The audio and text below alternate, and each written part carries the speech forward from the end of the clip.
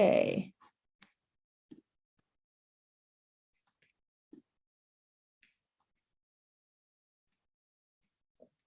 Let me see. Here we are. We are now live on YouTube as well. I'm going to turn that baby off. Okay, I guess we'll start diving right in. I'm gonna tell you guys how I usually like to run the webinars here. As people come in and come out, I'll accept people in. I don't necessarily like leaving all the questions until the end per se, because I know questions do come up as I explain any specific concept. So if you guys have any questions that come up as I'm explaining things, please don't hesitate to either stop me and ask through the microphone, or feel free to message in the chat. I keep my eye out on the chat throughout, and I'll try to answer everything as quickly and promptly as I can. Okay, so let's get into it without further ado and start with the guide for buyers to Toronto real estate. Let's see, I'm just going to present this, and I hope everybody can see my screen. So welcome to the Buyer's Guide to Toronto Real Estate. We find with my team that we like to educate our friends, our clients, anybody who wants to learn about the process, because there is so much to learn and there is a lot of misinformation out there. And so we, without any agenda, really want to share this information with you guys. Of course, ultimately, if and when it's time for you to buy, we hope to work with you. But in the meantime, we're just here to spread awareness and knowledge.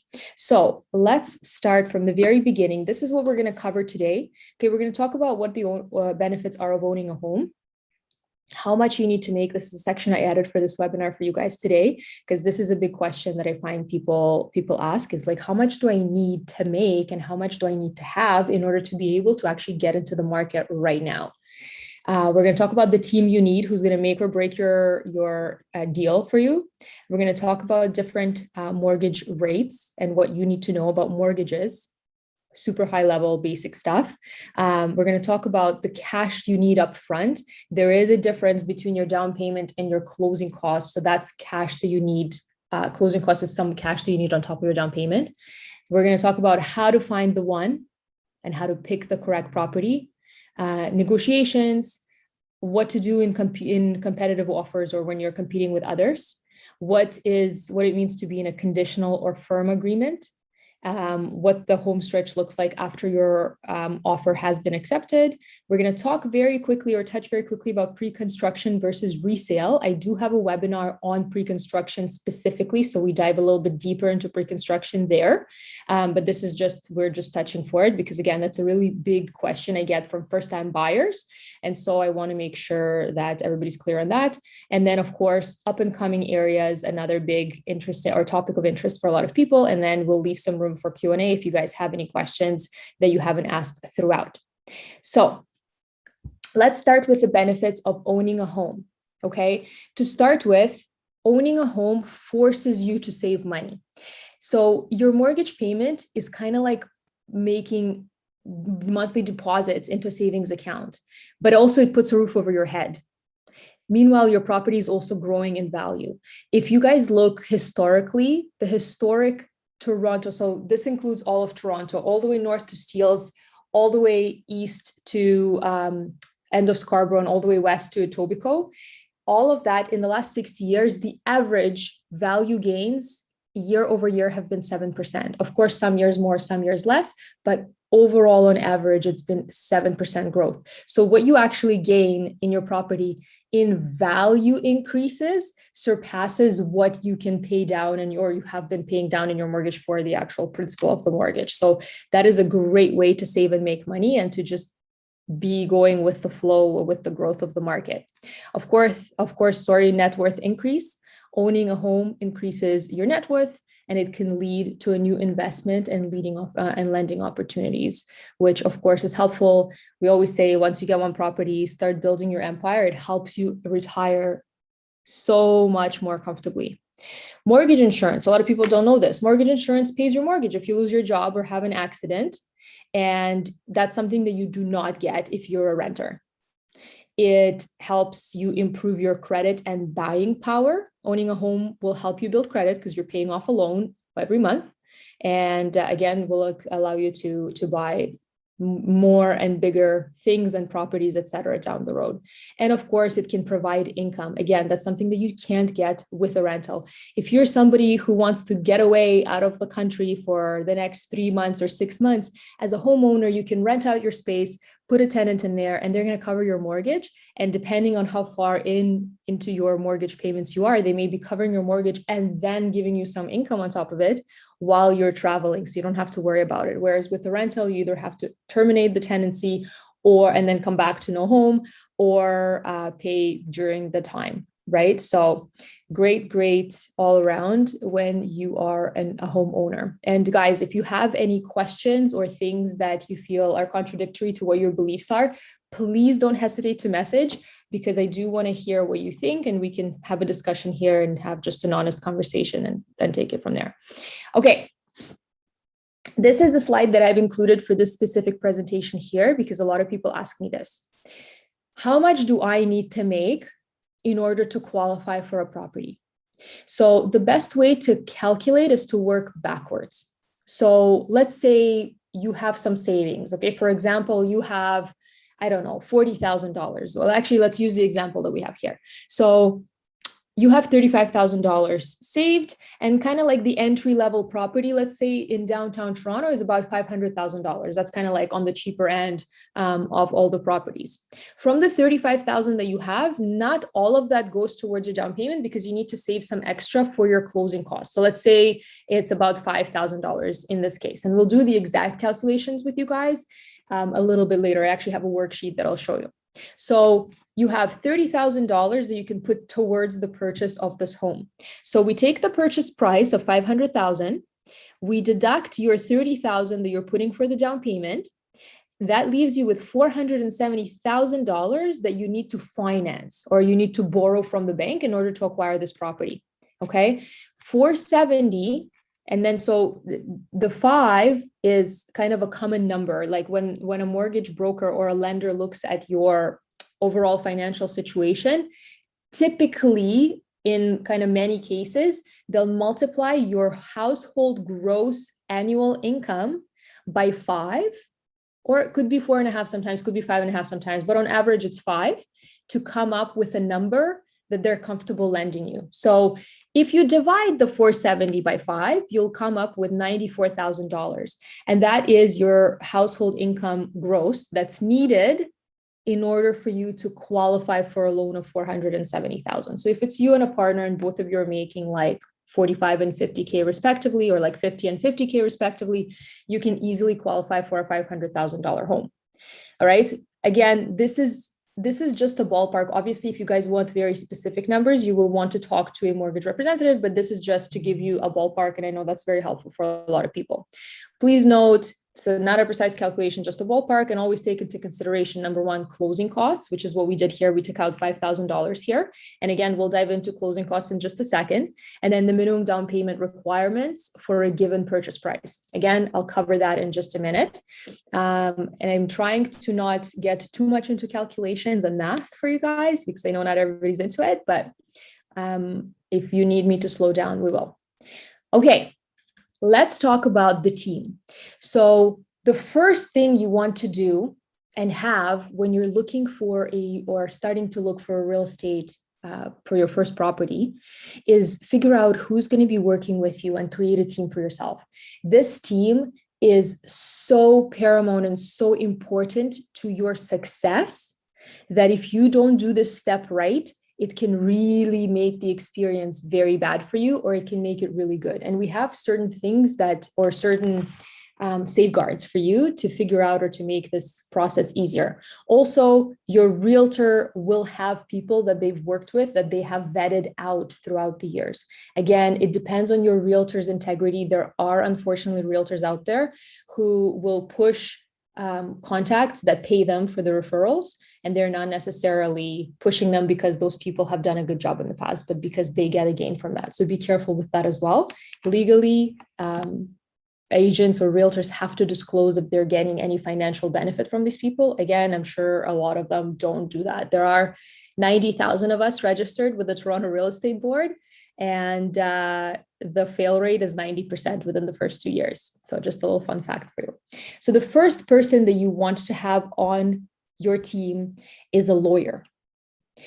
Lawyers are a must in Ontario if you're purchasing or getting rid of real estate. So acquiring or disposing of real estate, a lawyer is mandatory. It's not the case in other places. So I know in some states in America, it's not necessarily, they just have title transference people or whatever it's called. But in Ontario, you must have a lawyer.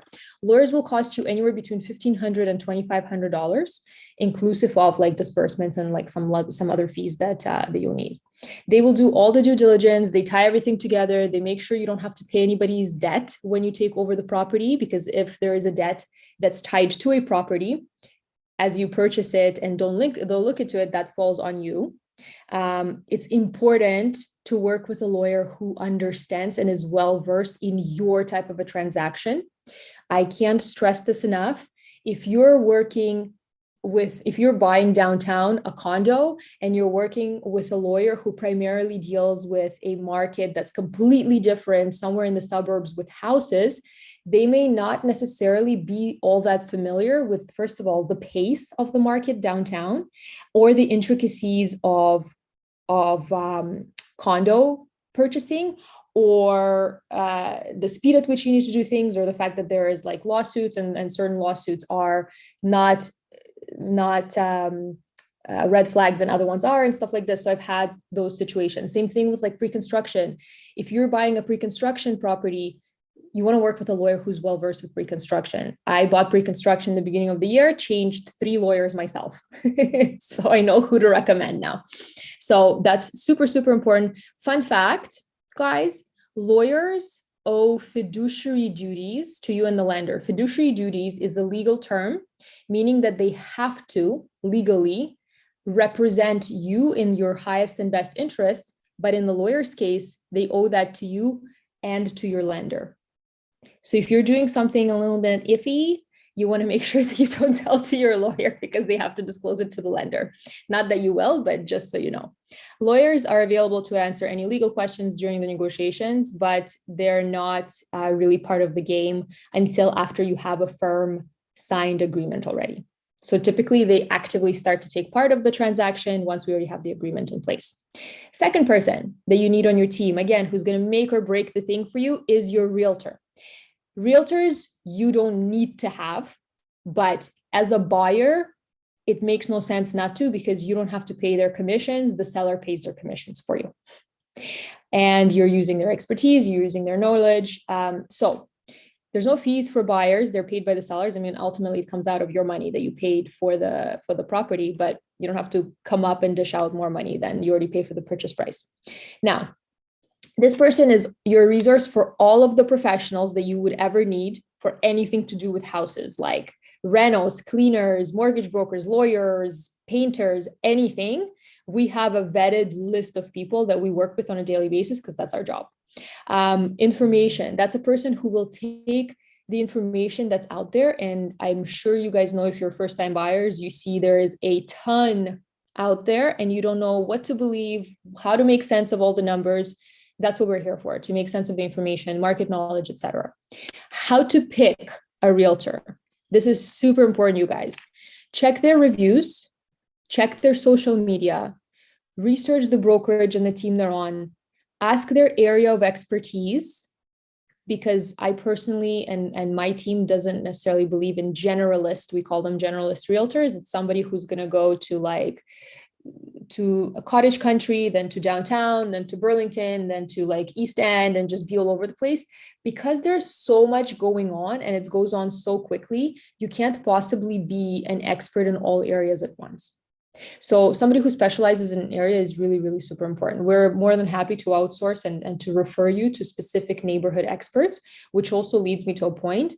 You don't want to be all over the place when you're also looking for a home, which again, a realtor can help you narrow that down. Another huge one over here, ask if your realtor is full-time.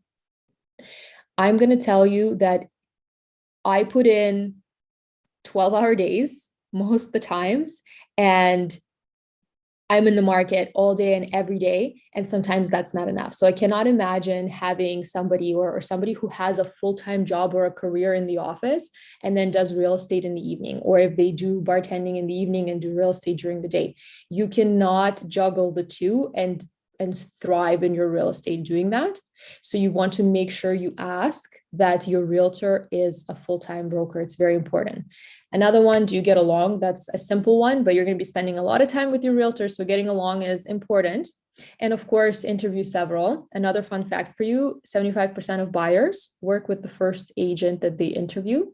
So we don't want to be those buyers. We want to make sure that we speak to several, see who we resonate with and who we feel comfortable with as well. Next, mortgage broker. Mortgage broker, same thing, is not a necessity for buyers, but there's no fee for you to use one. Again, your realtor will suggest several options, interview more than once, ask about the financial background, do you get along? Now, broker versus a bank. Let's quickly cover that because that is a point of confusion. A lot of people go straight to the bank thinking that that's a more reliable source. However, a couple of things to know about the people who represent the mortgage section at the bank. Number one, typically it's a 2-day course that they take to become mortgage brokers. Whereas, they're called mortgage officers at the bank. Mortgage broker, on the other hand, they make it their career. Number two, with the mortgage officers at the bank, they only work 9 to 5. Typically, when you go out to see properties, you'll be going after work hours. And if you do like something and you need to move on it quickly and you can't reach a mortgage broker, you can lose a deal like that very, very easily. So that's a huge, huge point for mortgage brokers. In the banks, they're not available on evenings and weekends. And that's when you typically will be going on showings and submitting last minute offers. Thirdly, it's a transitionary step in a lot of the mortgage officers' lives or careers in the bank. When you are, let's say, refinancing 3 to 5 years down the road, you might not even be working with the same person anymore. Now, if you look at a mortgage broker, they actually have access to all of the lenders. They're going to go and shop again because they owe you those fiduciary duties. If you guys remember that legal term, they have to legally act in your highest and best interest. So they will go and they will look for the best options from all the different lenders for you and shop on your behalf. And they don't get paid unless you work with them. And so, of course, it's in their best interest to serve you to the highest and best standards. Okay. Again, they also work evenings, they work weekends. They have been in the industry for many, many years typically. So they have answers to a lot of questions. They have good connections. They know how to creatively put together deals that would be difficult to put together otherwise. So overall, we're huge on working with a mortgage broker unless you have a special relationship with the bank. Like if you're working at the bank and you know you're going to have a preferential rate and you're going to have the most VIP treatment, by all means go with the bank. But if you don't have such royal treatment, mortgage broker is a better bet. Interest rate versus mortgage terms. A lot of people shop for the cheapest, lowest mortgage rate, and they ignore something very, very important, which is the mortgage terms. So when you are shopping for mortgages, please make sure that you understand what your penalties are for breaking a mortgage, because statistically, 60% of mortgages get broken in the first 3 years. And the term is typically 5 years. And the penalties can be very, very high, depending on which mortgage option you go for. Is your mortgage transferable?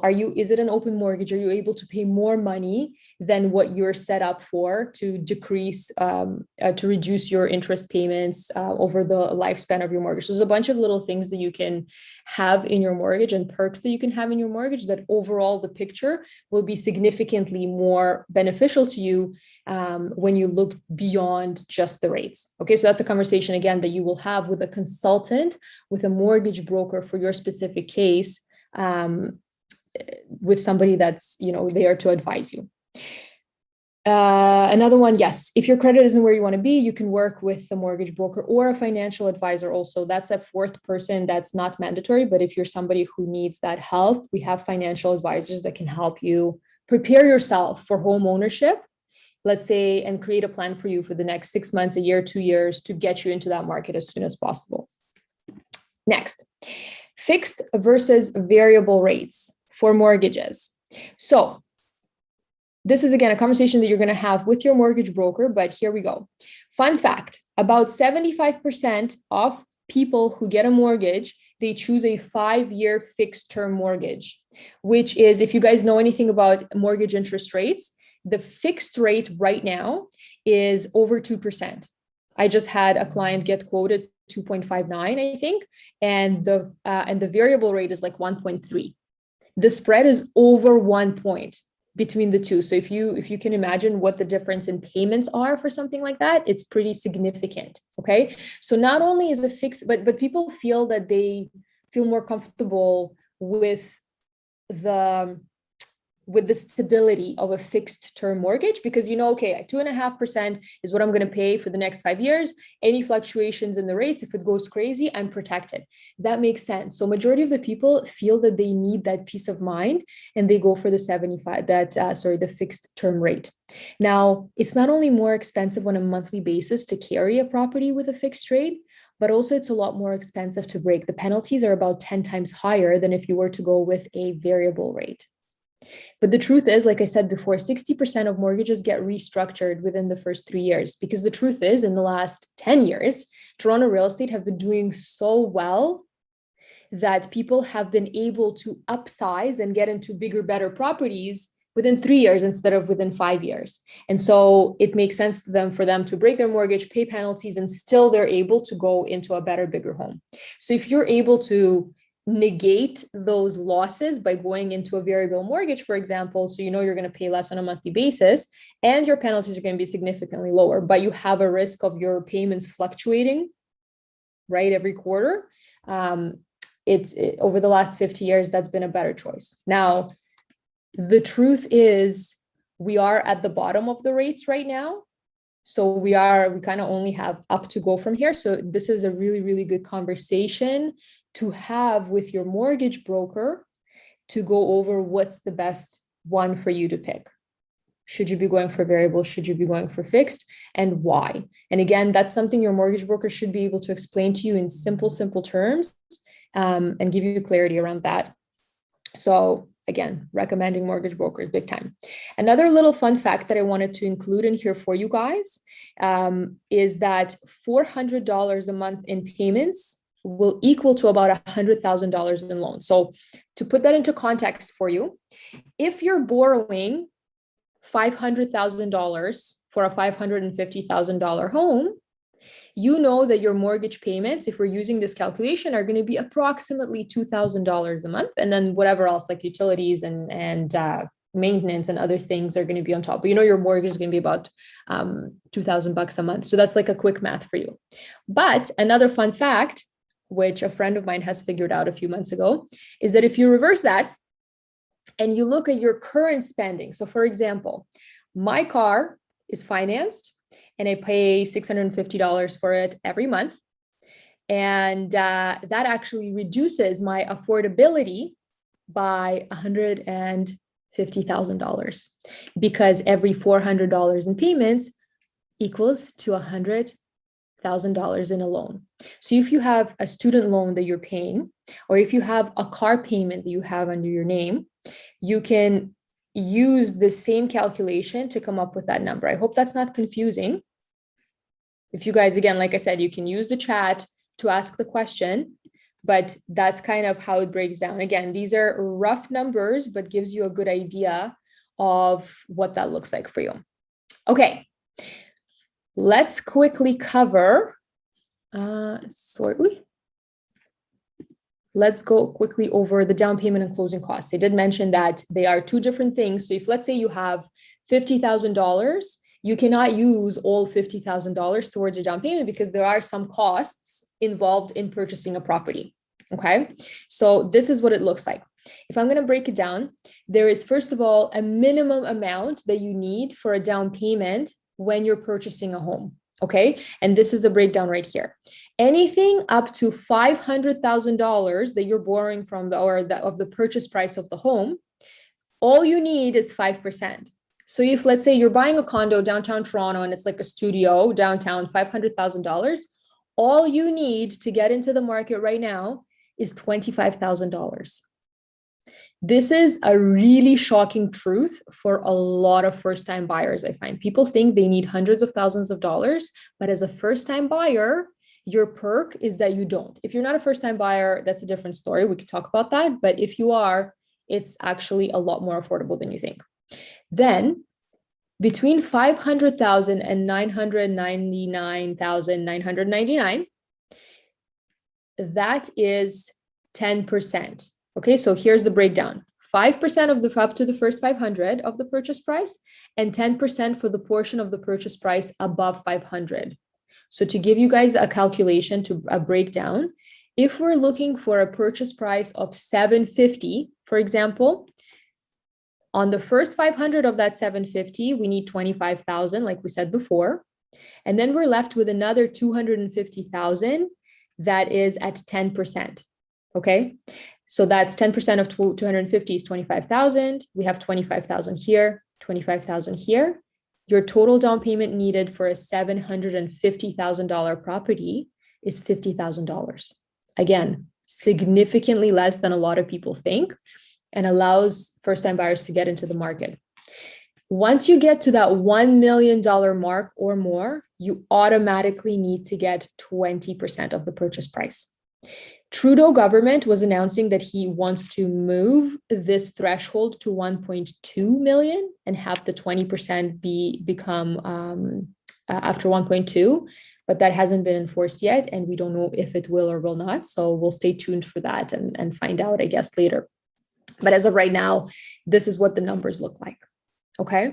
So again, as a first-time buyer, the government wants you to get into the market. They want to help first-time buyers get in and start earning money and just, living their life. So they're doing all these concessions for you. And here are closing costs, which is the cash you need on top. Okay, so here's the things that you need to pay the closing costs for. Land transfer tax is a tax that Ontario and Toronto impose on buyers when they are purchasing property. Legal fees, which is lawyer adjustments and title insurance. And I've kind of bunched everything together when I quoted 15 to 2,500. So typically 15 to 2,500 will include all of these legal fees. Okay, again, unless you're like looking at really massive numbers. Mortgage insurance is needed if you have less than 20% down payment. And home inspection for houses only. For condominiums, you don't necessarily do home inspections. If you want to know why, I guess text me. I'll let you know. Next, there are some incentives that the government offers to first-time buyers to help them get into the market. And there's 3 of them at the moment. The first one is the land transfer tax rebate. Fun fact, in Toronto, we have double land transfer tax. Anywhere outside of Toronto in the GTA, and the Toronto boundaries, like I said, are north to Steeles Avenue, east to Scarborough, west to Etobicoke, inclusive of Scarborough and Etobicoke. That is considered to be Toronto. So the Toronto municipality charges a land transfer tax, and then the province of Ontario also charges a land transfer tax. So that's where the only place that actually charges double. There's nobody else that I know of that does this. But as a first-time buyer, you get a rebate for both. You'd get up to $4,000 for provincial and up to $45,000 for the municipal if you're buying in Toronto. Second incentive is borrowing out of your own RRSP tax-free for your down payment. So you still have to repay that money back in the next 15 years, but it used to be 20 or 25,000, and now they've increased it to $35,000, which is great. So if you don't have your RRSPs open or you don't have money in your RRSPs, do put $35,000 into your RRSP as soon as you can, because you can't use it for, I think, either 30 days or 90 days. It has to be in your account before you're able to actually use it towards a down payment. So fun fact. And the third option is the equity sharing program. When this program was launched, the numbers were very different here for the qualifications, and it was very unrelatable to Toronto. And so nobody in Toronto have used the equity sharing program still until today. I work with a lot of first-time buyers. Nobody has really used this program because it doesn't always make sense for everybody. But if this basically was introduced in order to reduce people's payments and to help them on a monthly basis. So basically what it says is that the government will buy into your property with you, and they'll offer to pay down either 5 or 10%, depending on the type of property you're buying. So when they're adding that much equity into the home, they're reducing your payments.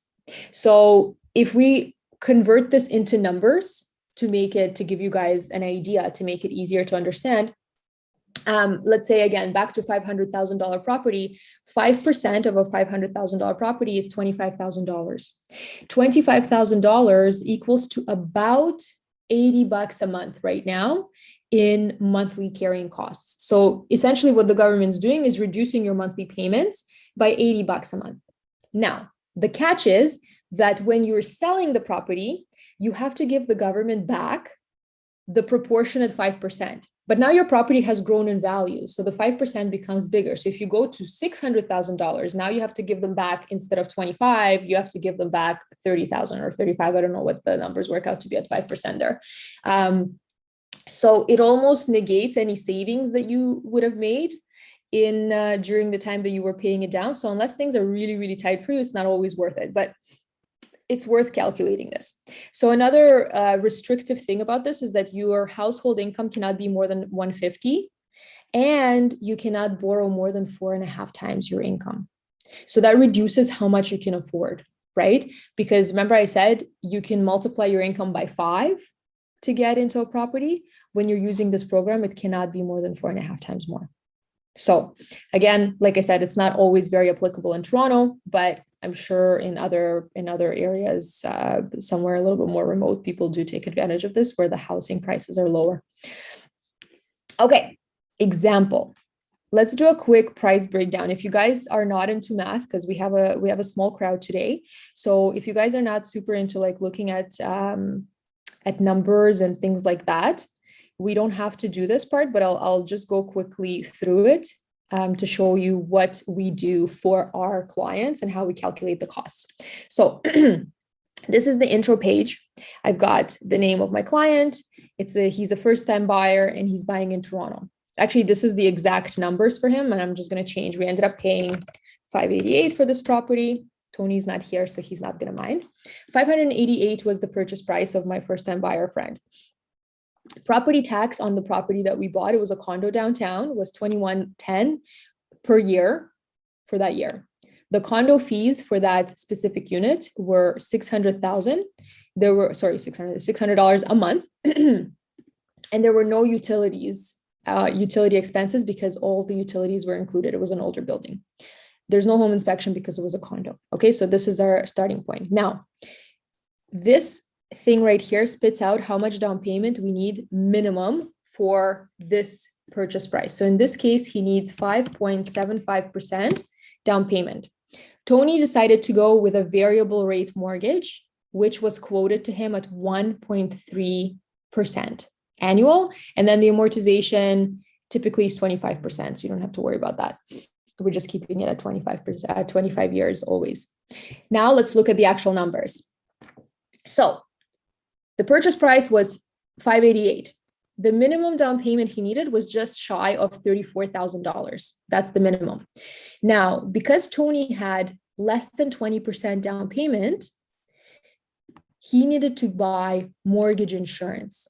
Mortgage insurance is something the banks, basically the Mortgage Corporation of Canada, requires you to have when you have a lower down payment than 20%. Now, you have an option to mortgage that amount and put that into your mortgage so you don't have to pay it up front if you don't have enough cash, which is great. So for his purchase price, it's a $20,000 premium. Again, if you guys remember going back to the numbers, to the $100,000 equals to approximately $400 a month in payments, $20,000 will equal about $70 extra a month for him in payments. which he was okay with because he didn't need to save another 3 years for a bigger down payment. So now his total mortgage amount is 575 approximately. Now, here's his closing costs. Because he's buying in Toronto, he's got 2 land transfer taxes, Ontario and Toronto. But he has a rebate because he's a first-time buyer of 4 and 45 respectively. So his total land transfer tax, which is the cash that he needs on top for his closing costs, is $8,000. Then we calculated lawyer fees to be at just under 2,000. Again, no home inspection. And then he had to pay PST, which is your taxes on the mortgage premium. Okay, so you don't need to pay the mortgage premium up front. You can mortgage it, but the tax on it, you do have to pay up front. So his total closing costs, which is the money and the cash that he needs to have over and above his minimum down payment, was 11,500. Okay, so his total cash needed to buy this property is $45,305. I got a question here. When you refinance after 5 years, do you have to pay the CMHC insurance again, or is it just one time? If you're refinancing, that is a great question for a mortgage broker, but it would already be built in. So you would have had the mortgage built in originally, so it would be continuing to be built in. Is my assumption. Again, that's something to confirm with the mortgage broker. Let's. I think I have your contact information, Lana. That is a great question. I will ask my mortgage broker and see what the breakdown is for that. So we've got $45,000 cash needed to purchase this property. The monthly carrying costs are here. You've got your mortgage payment, $2,243. Okay. Your property taxes, we broke them down. So if you guys remember, the property taxes were $2,100 for the year. We broke them down into monthlies. It evens out to be $176, condo fees $600. So the total carrying cost for this property for him is $3,000 with minimum amount down of cash. Okay, so that's what the financials look like. $45,000 and a half to get into $588,000 property. By the way, it was a 1+ den in an older building. Beautiful, beautiful unit, with like a little bit higher maintenance fees, but still. And then $3,000 a month to carry it. And here is the down payment comparison. So what we're comparing here is minimum down payment to 10%, where you would basically have a little bit less mortgage insurance premium, 15%, again, still mortgage insurance premium, but cheaper, and then at 20% where you don't have any mortgage insurance. So the numbers that we actually really want to look at is right here, how much you need to buy, right? How much you need down payment, and then how much that's going to look like for you to carry. So with the minimum down, you need $45,000, and the carrying cost will be $3,027. At 20% down, when you don't need to get mortgage insurance, the total required to buy is just under $130,000, and the carrying cost is only $400 cheaper. Okay, so the difference is about, what is this, 90K, 80K? But the difference in mortgage payment is about $400. So the question here becomes, if you have this money up front, by all means, unless you're somebody that can like take this money and make more money than $400 with your 80,000, if you're like playing in the stock market, then for sure for you, it doesn't make sense. But if you just want to dump all your money that you have into your property, then yeah, it makes sense to reduce your payments as much as you can. But what this spreadsheet is made to really show you guys is that a lot of people are very adamant on having 20% down payment. But when you look at the difference in the numbers, you're like, okay, how long would it take me to collect another $80,000? $80,000 will take me, let's say, 3 years to save. In 3 years, if we look back at what we talked about in the very beginning, the market grows on average 7% a year. Let's say we're not even going to be aggressive. It's going to be 5% a year it grows. If you're looking at a $500,000 property as an entry-level property in Toronto, in 5 years, in 3 years, however long it takes you to save for that property is no longer $500,000. So now that 20% mark just increased. You're either buying a property that's lesser in value and you're getting less for the same amount of money down the road, or basically what you're doing is you're consistently chasing the market if you're saving and trying to save for a down payment, that's more. So what we always say is like the moment that you're in a position to get into the market, that mathematically always makes more sense to do it like that. So I really hope that that makes sense. Tell us about the pros and cons of high deposits the builders ask before construction. Yeah, we're going to get to pre-construction in just a moment, actually. Kumar, are you a first-time buyer? If you can just answer in the chat, that would be helpful. No. No, you're not a first-time buyer. Okay. No. Okay. We're actually going to get to, or do you want to, I can talk about pre-construction. Let's get there in a second. So pre-construction, you guys, I get asked a lot about pre-construction. Pre-construction is not right for everybody. So that's what I want to start with. I buy pre-construction. My clients buy pre-construction. My teammates buy pre-construction. We do believe in pre-construction, but here's something that people don't understand about or don't realize about pre-construction. Pre-construction costs more than existing homes, which is counterintuitive for a lot of us because we're thinking, okay, there's a risk to it to not be built. It's not built yet for another 4 or 5 years. Why am I paying a premium? But the truth is you are. And right now, as of today, all the builders are charging a minimum 15 to 30% premium on their pre-construction projects. For example, we just sold out a building in the distillery called the Good Condos. We were one of the platinum agents selling that project. In the distillery right now, there are 3 condo buildings that are high rise. And the 1 bedrooms there right now are selling anywhere between like $550,000 to $600,000.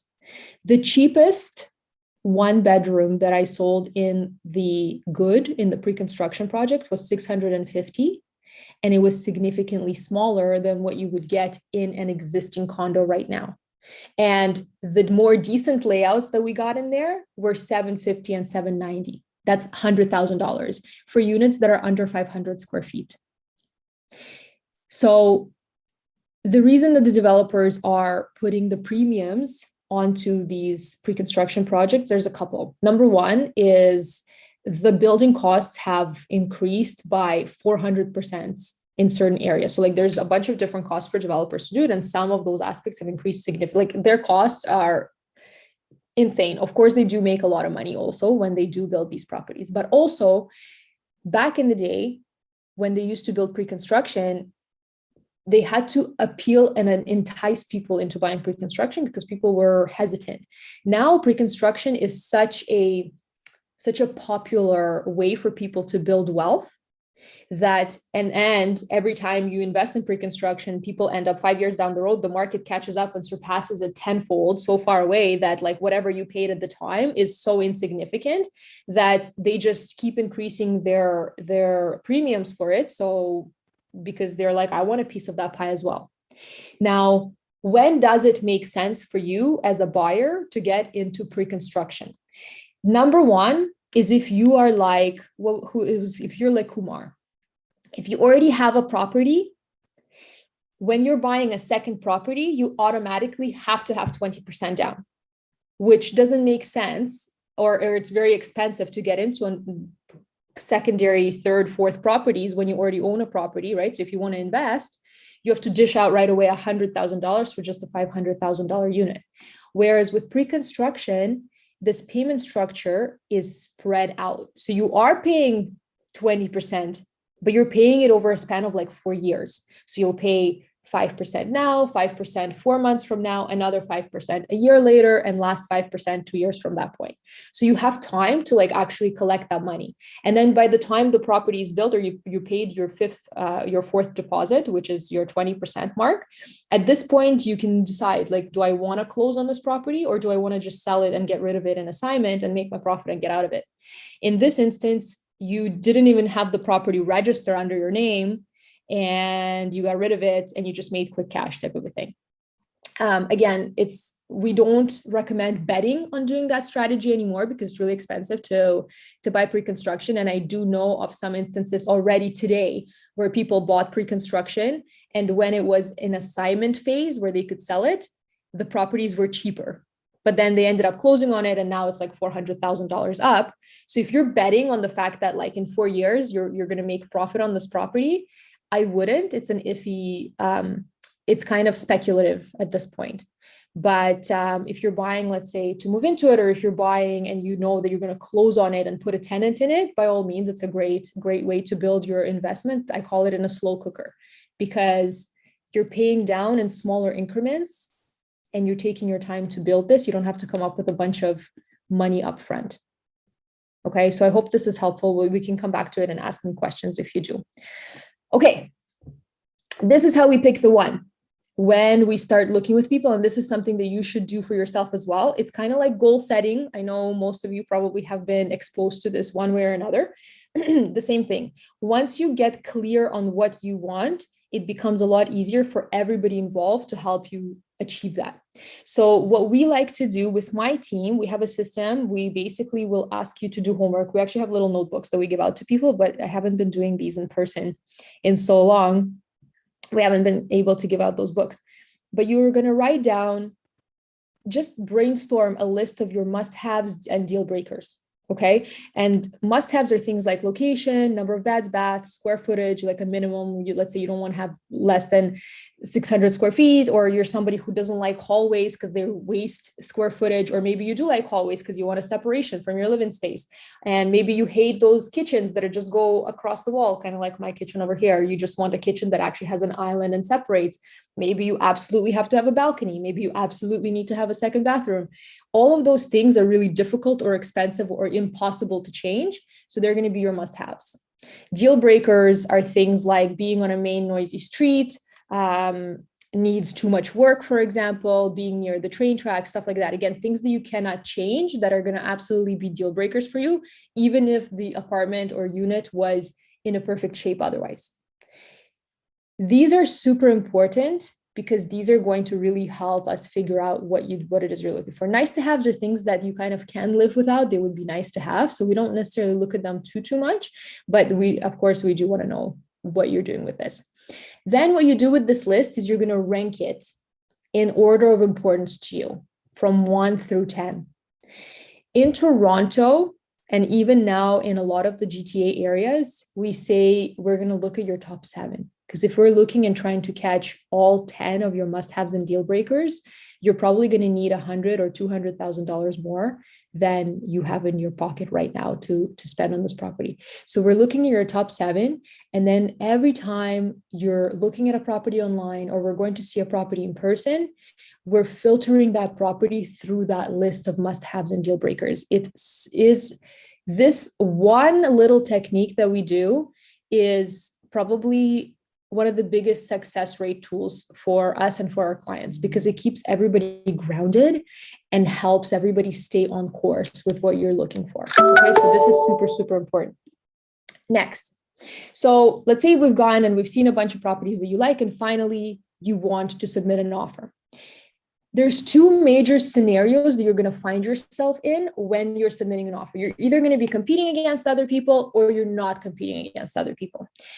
We're going to talk about not competing first, because that's the butterfly unicorn scenario that if it happens to you in Toronto, you're in huge luck. Basically, there's typically due diligence that we do either before or after we submit an offer. Okay, so when you're submitting an offer, you'll say, okay, I need to figure out still that my financing will go through for this specific property. And I want to make sure that, let's say if you're looking at a condo, that the lawyer reviews the status certificate documents, which is a legal document that explains the health of the condo corporation. So it'll say like how much money they have in their savings account. It'll say whether or not they have any lawsuits pending. It'll say if there is any big repairs that are coming up that you're going to have to dish out like $10,000 for or not. They're going to see, it's going to show how the maintenance fees are going to look in the next 30 years, like how much they're increasing every year. So you'll know exactly what your maintenance fees are going to look like, etc. So that due diligence must be done. And if you're not competing, that due diligence can be done after you submit an offer. So in this instance, you are submitting an offer that's called conditional offer. And it's going to be conditional on your lawyer reviewing the status certificate and your mortgage broker accepting your financing, basically for this specific unit. You'll, let's say, okay, we're going to do this in the next 5 days. And if everything goes through, we sign a piece of paper saying that everything went through, we're good. Now we are firm. which we're going to talk about on the next page. Now, in Toronto and a lot of the surrounding areas, and we're kind of going into that market right now again, in the houses and detached market, we've been in that market for months already, where it's like fire, fire, fire. You're in competing offers pretty much everywhere. It's like bloodshed and bloodbath all around. In condos, it has been going there now. So we're getting into that sector as well. But so very often, more often than not, you'll find yourself competing. Okay. So with a competitive scenario, if you want to have a chance to stand a chance, there's a few things that you need to know. Number one is that you're doing your due diligence before you submit the offer. Okay. So that status certificate review, you're sending that to the lawyer before you submit an offer. The financing approval, we're sending that to the mortgage broker before we submit an offer. They give us their green light, then we submit an offer. That's called firm, which means no conditions. What does this mean for you and for the seller? It means that you cannot back out. Okay. In the non-competing scenario, when you have conditions, you have a free pass to get out of jail card type of a thing. You get in, if you don't like it, you have 5 days to change your mind, then you back out, you get your deposit back, you're done. In a competing scenario, especially in Toronto, if you want to have a chance to even be in the game, you have to submit a firm offer. Again, you don't have to do anything that you don't want to do, but if you want to stand a chance, that's how it works. Now, with a firm offer, that's kind of like the first check mark. The second check mark is that you want to give the seller pretty much whatever they want. If they want a closing date of January 3rd, you want to give them that or as close as possible as you can with your given situation. You will want to submit your deposit also with the offer. Again, in a different scenario where it's a conditional offer, you'll typically in the agreement will say, once you accept my offer, in 24 hours, I will deliver the deposit.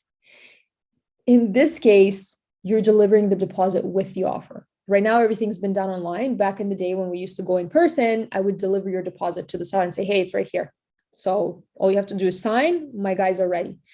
Now, what we do is we take a picture of it and we submit it with our offer electronically. And if they accept your offer, I'm going on a midnight ride to go meet you, pick up your check, and then deliver it to the seller or to the seller's agent that same night, because they want the deal to be firmed up and done with the same night. Same with the prices. When we are in an upward market, that's something that I think hurts a lot of, especially buyers who are newbies or coming from different markets. When you're coming into Toronto, it might be a little bit of a tough pill to swallow, but in an upward market, every previous sale is going to be a stepping stone to the next sale. Okay. So if you see a comparable that was $500,000 and the same unit is on the market now, it's going to go for a little bit more or a lot more, depending on what the situation calls for.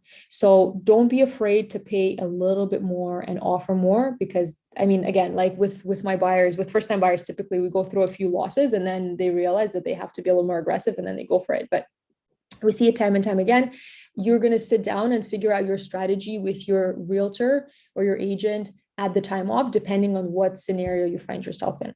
Another thing too, we suggest, it's kind of cheesy, but sometimes it works. And so if it increases our chances even by 1%, we offer it, is a letter to the seller. You write a small little paragraph, find the cutest picture of you or you and your husband or you and your pet and say, I'm absolutely in love with your home. I'm going to take care of it with everything that I have. I'm like, can totally see myself living there. Please pick me.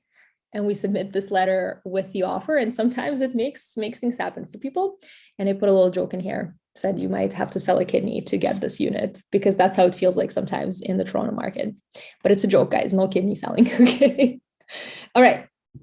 Now, here's again the conditional versus firm offer.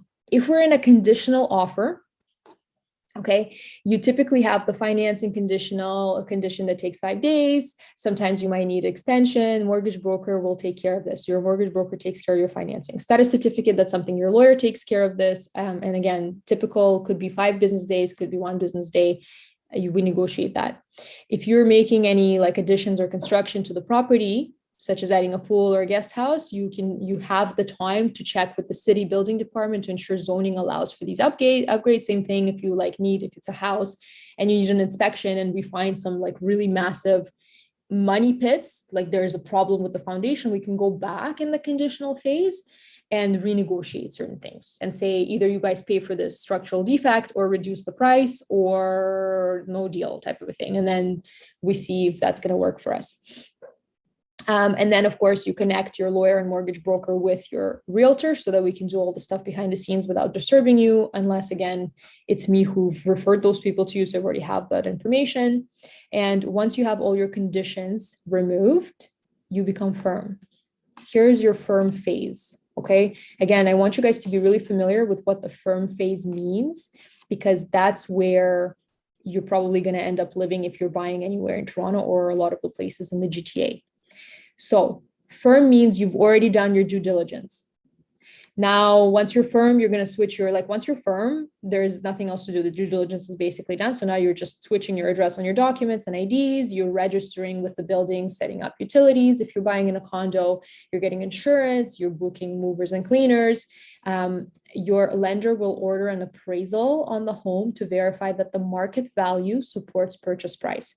This one is one that people get scared of, because the bank, when they lend you money, they want to make sure that we're not just randomly picking numbers. They want to make sure that they send their own professional and the professional agrees that the house is worth what you paid for it, so that they're not losing money in case things go sour. So they'll send an appraiser. Your realtor will be able to help you not overpay for the home. Like what I typically do with my clients, I'll say, listen, the comparables dictate such and such price. In the market that we're in, it can stretch up to here. Beyond this point, I feel like the property is not going to appraise. And when the property doesn't appraise, you as a buyer are on the hook for whatever the difference is between the two purchase prices. So let's say you paid $550, but the property appraised at $530, that $20,000 gap, you're going to have to pay the bank. Because the bank is like, no, I'm not financing that part because we don't think it's worth that much. So if you want to pay for it, pay it. So again, with the right team, you're not going to be in that situation, which is why I said it's very important to have the right team. Double check that your interest rates and mortgage payments are what you agreed upon. There's always, mistakes happen. So do be diligent with that. And final walkthrough of the home. Okay. So I always add into my agreements that we're going to revisit the property for up to 3 times with my clients. If you want to take advantage of all 3, sure. If you want to visit it once, sure. If you never want to visit it until you get your keys, don't care. But what we do is I'll save one of the visits for one day before the property closes, so that we can check whether or not all of these, all of the things and all of the appliances are in working order. Because the seller warrants that everything will be in working order. And if it's not in working order, after you've already sent the money to the seller, good luck chasing them for a $500 appliance. So it's just a little thing that we do to make sure that we mitigate that risk for you. Okay. So we say the last visit for the last day to check everything okay. And then we talked about the home stretch. So finalizing financing with your lender. And then the final walkthrough of the home we talked about here as well. Okay, we talked a little bit about pre-construction versus resale. Does anybody have any questions or any confusion around pre-construction and resale? I'm going to go out on a limb here and say that as a first-time buyer, the numbers work out to be better if you're buying resale. So resale meaning an existing house or condo. Unless you're buying over $1 million. So if you're buying something that's over $1 million, in that case, it's going to be easier for you, and you don't have the down payment all in one, right? Because over $1 million, you right away need $200,000 to 20% of the purchase price to dish that out. If you have that money, great. If you don't, then you might want to go into pre-construction. Now, the reason I say this is because not only are you paying today's price for an existing property, you're also paying your mortgage starting today. Okay, so you have basically a double whammy on the pre-construction condo. So if you were to pull the numbers and you were going to look at two purchase prices, you're looking at let's say a condo that you buy today and a condo that you buy in pre-construction phase. This condo pre-construction will be built 5 years down the road. Okay, so and you're paying a price for it that's might like the market has to catch up to that price. Let's say here you bought for $1,000 per square foot. Here right now, prices downtown for condos pre-construction are like $1,600 to $2,000 per square foot. So let's say you're paying $1,600 per square foot. Nobody knows really how quickly the market is going to catch up to that price, right? So the question is it going to be in 2 years? Is it going to be in 3 years? Is it going to be in 5 years? Is it going to be in 7 years? I can't tell you. I don't have a crystal ball. I can say, listen, over the last 60 years, on average, the market has been going up at 7% increases. But real estate, like anything else, goes through its ebbs and flows, right? So like trying to really time the market in real estate or in stocks or in crypto or in anything like that is kind of a hard thing to do. And everybody advises you against it, right? So in that sense, it's a little bit tough to predict what's going to happen with it. So let's say with pre-construction, the price that you paid, the market catches up in year 3. So in the scenario where you bought today, you have 5 years of market value gains and appreciation. In the second case, you only have like 2 years of appreciation on the property. And then in this case, where you bought existing property and started paying down mortgage, you're also paying down the principal of your loan. On a $500,000 property, that kind of equals out to be around $10,000 to $15,000 a year, depending on your interest rates and also what year you're in of the payment. So in 5 years, you're at least $50K that you've paid down your mortgage, and you've got all this value gains. And with the pre-construction, you would have had only 2 years of value gains, and you didn't start paying down your mortgage until the property is built and registered, which can be additional 2-3 years. So yes, it might be easier to get into pre-construction, but as a first-time buyer, you already have a way around that because you can pay a minimum down payment, right? Remember the 5%? So for those reasons, I say as a first-time buyer, I think it's smarter probably to go into something that's already existing than pre-construction. But once you have a property, pre-construction is typically a little bit more attainable because of the deposits, which is like why I'm buying pre-construction. Everybody on my team is buying pre-construction. Like my clients just bought pre-construction. There's nothing wrong with it. It's just you're paying a premium for it, right? You're paying a premium for being able to get into a property that you wouldn't afford today, and you're getting into it tomorrow, right? So if you also, another thing too, is if you can't get a mortgage today, but you want to get your foot into the door, pre-construction is also a great way to do that. So that's pre-construction. And up and coming areas.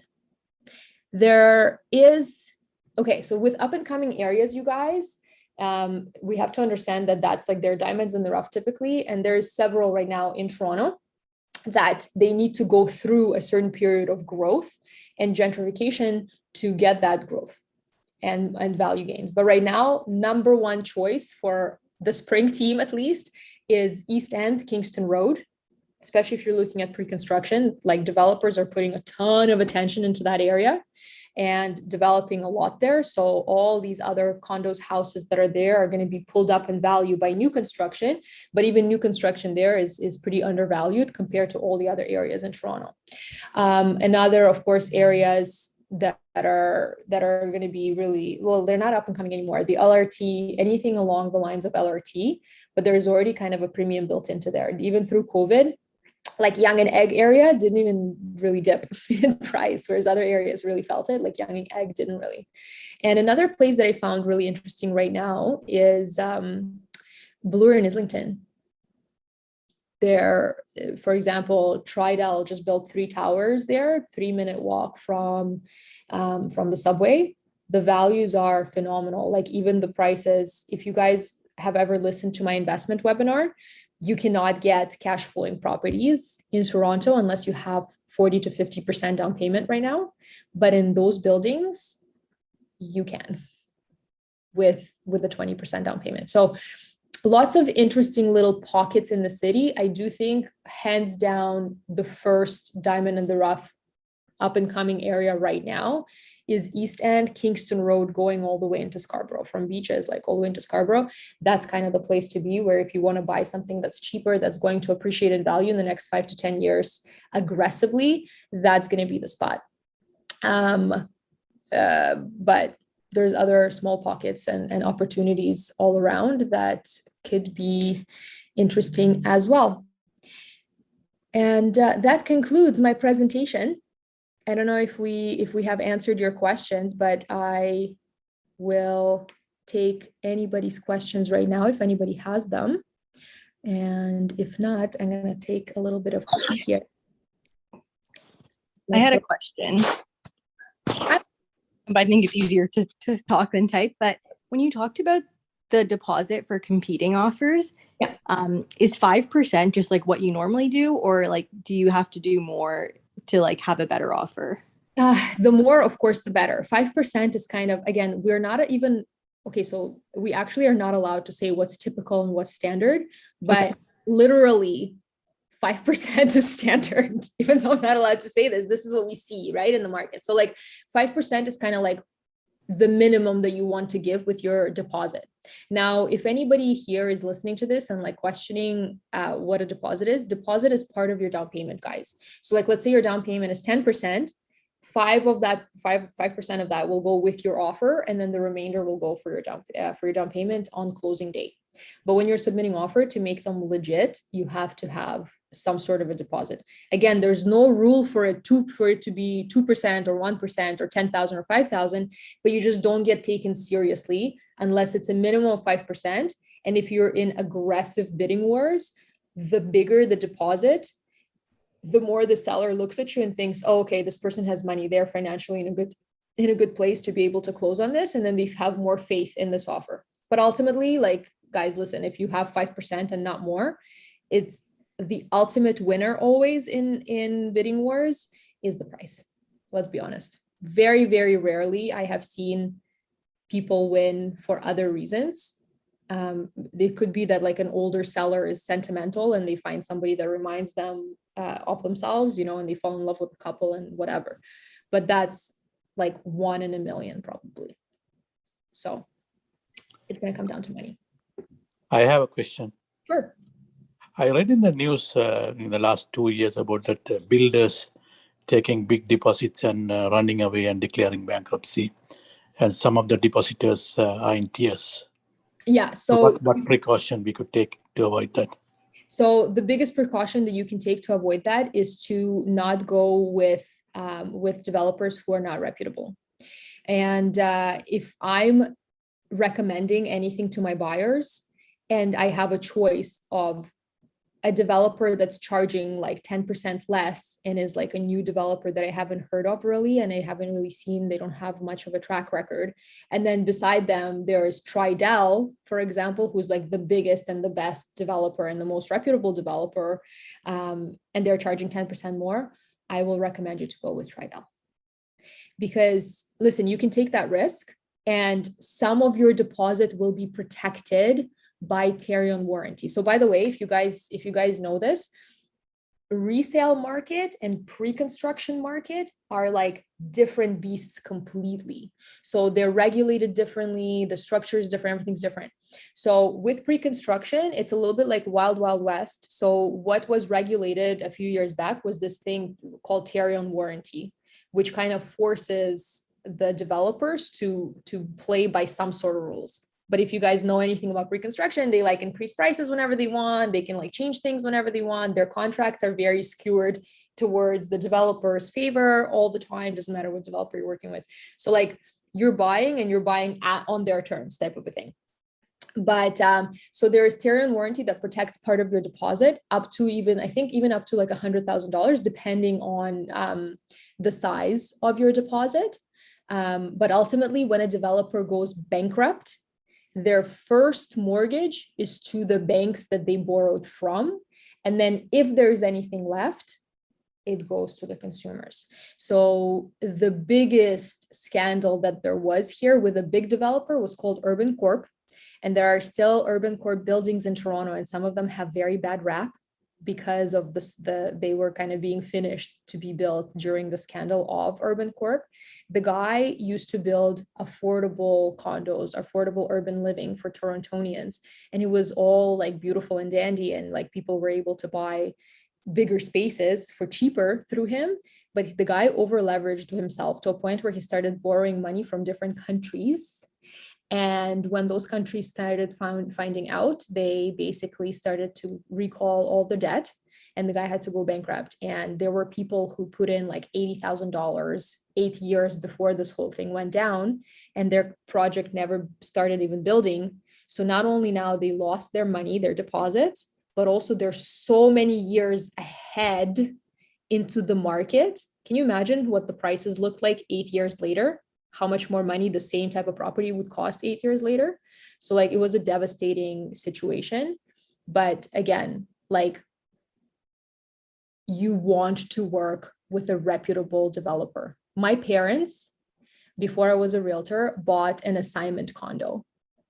And that was their first condo in Canada. So it was a condo from a developer who doesn't really build condos. I think they built like custom homes or something, and it was their first condo. And they messed up in so many ways. And then there was a massive lawsuit, and my parents like bought into it and they had no idea. And their realtor didn't tell them, like they just had such a bad experience. And they bought into it, and then they were living through 8 years of lawsuits to a point where I don't like that savings account that I told you about that every condo corporation has to have. It's called a reserve fund. It was negative 200,000 when they were selling their condo. So you got to be super careful with pre-construction.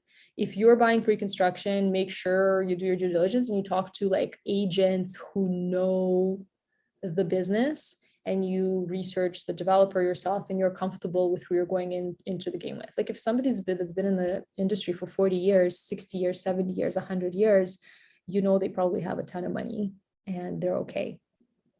I always like to use Tridel because they bought up so much land generations ago that right now they're building on that land that they bought so long ago, and their margins are amazing.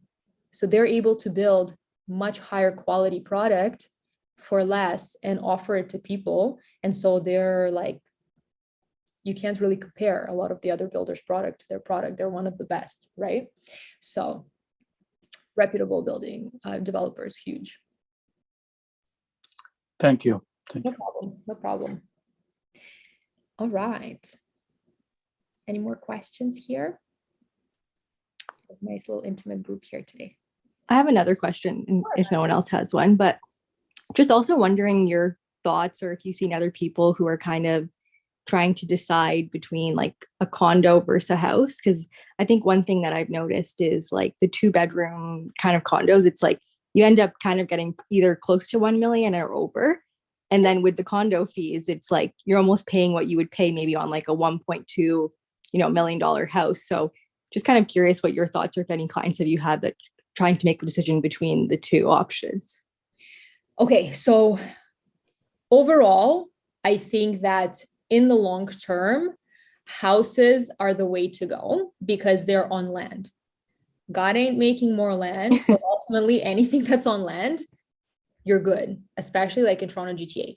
However, entry-level properties have not been houses for many years now for people, right? So people enter into condos and then they move up the ladder into like townhouses, and then from townhouses they finally get into a house. Like if you're second, third, fourth generation Canadian, and you've seen your parents, grandparents, and everybody buy their first home and be straight in a house, that's no longer the reality in Toronto, right? We start with like a 400 square foot condo these days. That's the starting point.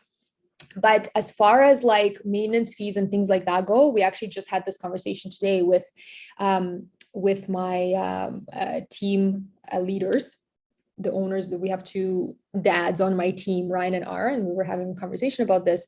And the truth is, you also have maintenance fees, so to say, in houses. So an average amount that you want to budget for to maintain a house is $1,000 a month.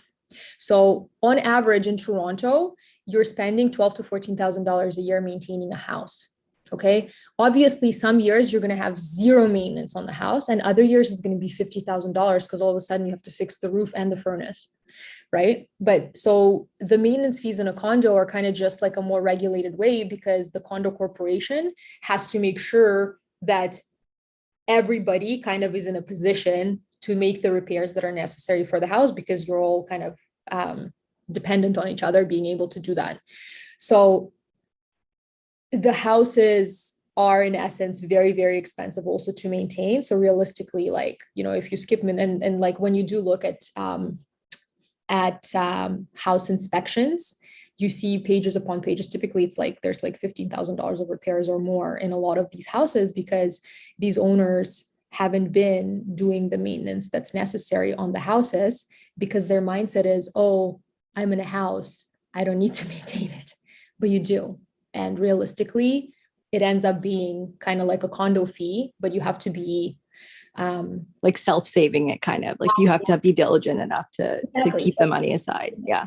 To be diligent to be saving that money and putting that away into your own maintenance fee fund, so that you're not breaking the bank when something big goes. Because like in a condo, even if it's a condo townhouse, let's say, the way that it's structured is that anything inside the walls, that's all that you're responsible for. Outside the walls, roof, windows, your balcony, none of that is your problem. The condo corp takes care of it. Actually, fun fact, with balconies in condos or like townhouses, that's technically not yours. It's considered to be a common element that's exclusive use to you. So they can dictate what you can and can't have on your balcony and so on and so forth. But like as an owner of a condo corp, like if your roof breaks, you never have to dish out any money because it's already been taken care of. They've already, if the condo corp is doing a good job, they've pre-planned for this. But yeah, ultimately, I think everybody should aim to have something on land. Somebody asked me a question here in a direct message. Nisa, am I okay to read this out loud, the question? Because I think people are going to be interested to know this, to get an answer. Let me know if it's okay for me to read this and answer to everybody. Oh yeah, okay. So the question is, we have invested in a pre-con in the West End.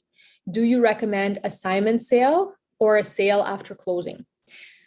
The answer, oh, she meant to send it to everybody. Okay, okay, good. So the answer it depends. So here's the two things to take into consideration when you're selling an assignment and when you're selling after the sale.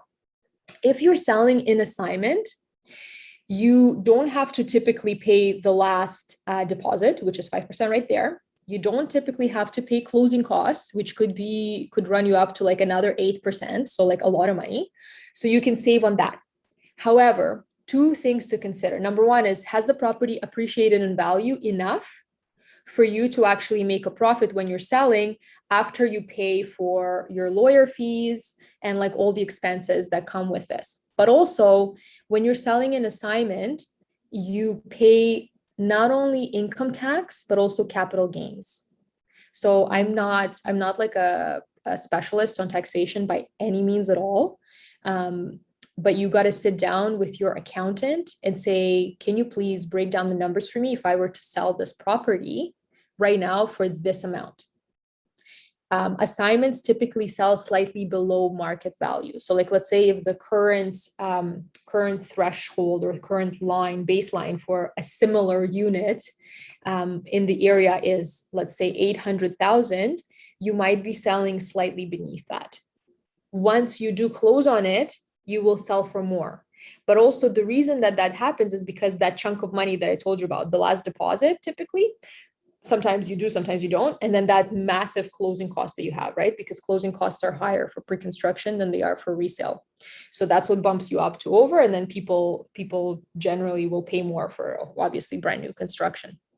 So if you have a bunch of cash right now to close on it, yeah. And if you like, again, depends on what position you're in. I would even maybe go as far as either living in it for a year or two to maximize, or rent it out and see. But it's really on a case-by-case scenario. Depends is my answer. My final answer is it depends. No problem. Yeah. We've got Lana unmuted here. Okay, I have another question. I just Oh, thought ask all the questions. This is the time to ask all the questions.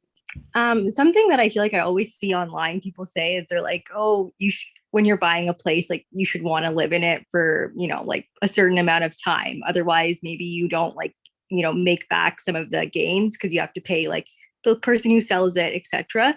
I guess like obviously in the Toronto market, it's gone up over the last 2 years significantly. But like when you're looking with your clients, like, do you kind of say that like there's a certain amount of time that you should look to, like, for example, say like you're right now, a 1 bedroom would be fine, but maybe in 2 years you want to have a kid, so you would need a 2 bedroom. Like, does it make sense to get the 1 bedroom now? Kind of thinking like that. Yeah, that's a really good question. And that's a conversation that I have with my clients. The first thing I ask is like, or one of the first things I ask is like, what's your 5 to 10 year plan right now? Are you planning to like expand? Do you want to have a business in your house? Like, what are you thinking of doing? Because 2 years is a little bit risky. Mm-hmm. Like listen, if the Toronto market is so crazy, like in 2 years, you might be up 15%. I just met up with a client. We just celebrated her 2 year anniversary in her home. She's up 15%. She's up 100 grand.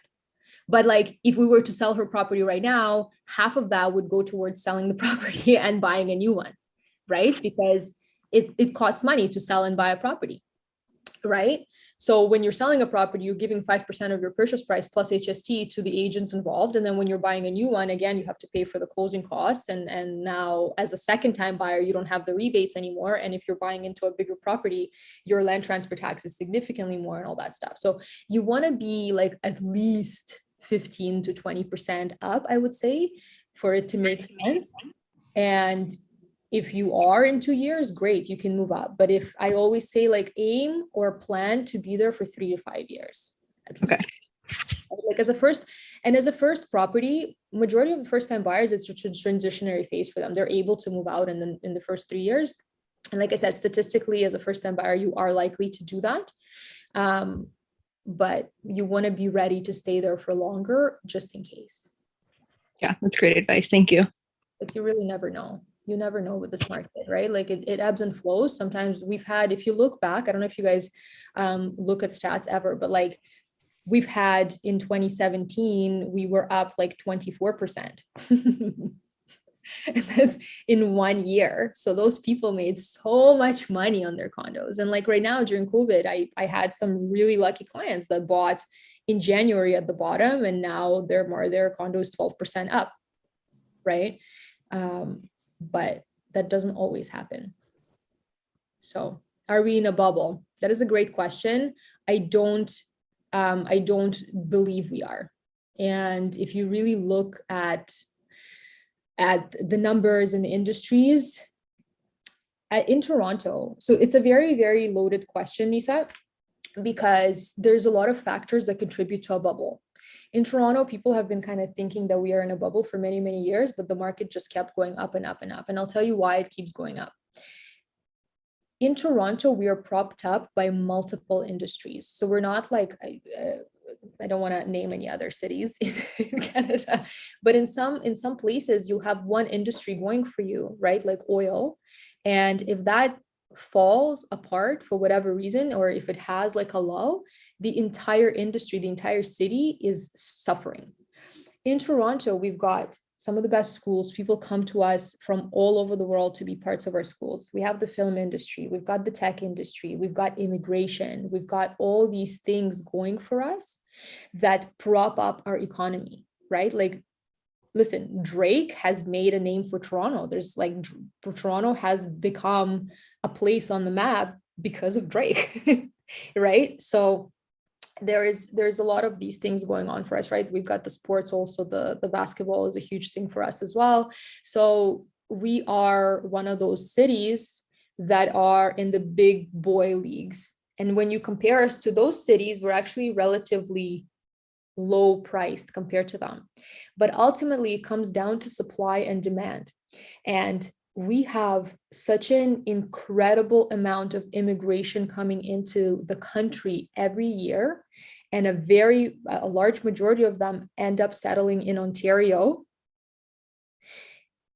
and they want to buy. Like there's a statistic that immigrants in their first 2 years want to buy a home, and they do try to buy their first home in the first 2 years of being here, right?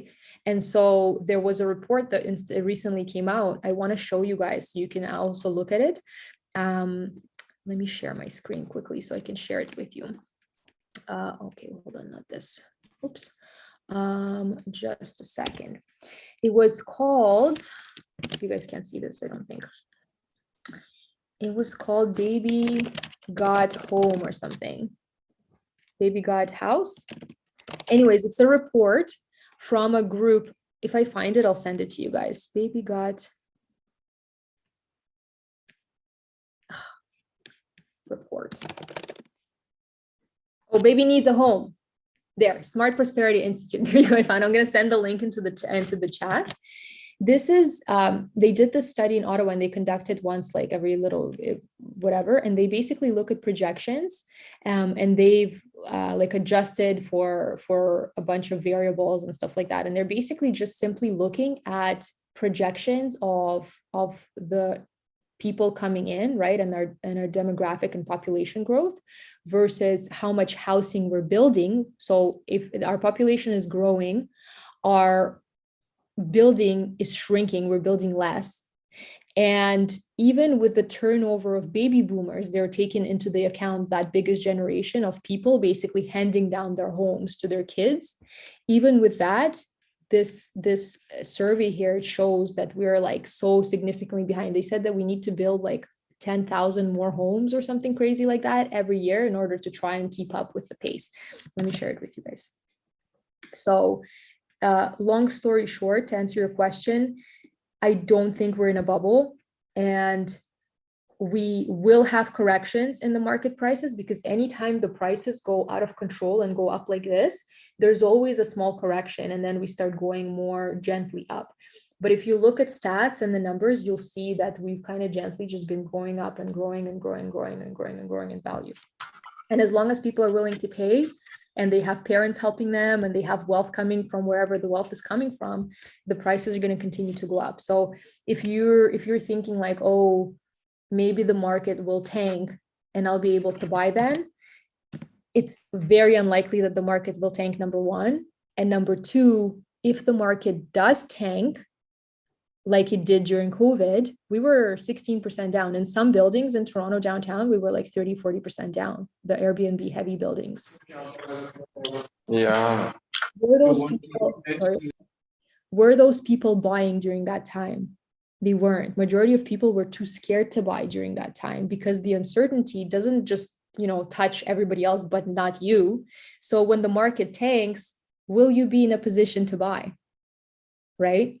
So for those reasons, I think timing the market is kind of like a really, not like a useless thing to do, but you know what I mean? It's like a sad and difficult and disappointing undertaking. So there you go. That is my 2 cents about the market. I actually have to start heading out, you guys, because I have to meet a client to pick up some checks at 9. So if anybody has any other questions, ask them now, or forever hold your peace. No, I'm joking. Or let's connect outside. I don't know if you guys know where to find me on socials. I'm mainly on Instagram, and my handle on Instagram is Mila S Toronto. S for my last name, Shayna. So Mila, Mila S Toronto is my handle, or you can find us on the springteam.ca. All our info is there. You can text me, email me, or we can chat online, offline, whatever you guys prefer. But it was a pleasure chatting with everybody and answering all of your questions tonight. Does anybody else have any questions or anything else that you want to ask before we go? Looks like probably not. But we had a good retention rate today, you guys. Everybody pretty much that signed on stayed on and listened the whole time. So that gives me a good compliment that this is interesting information for you. So on that note, I'm going to say goodbye and good night. Thank you. I'm so happy that it was helpful.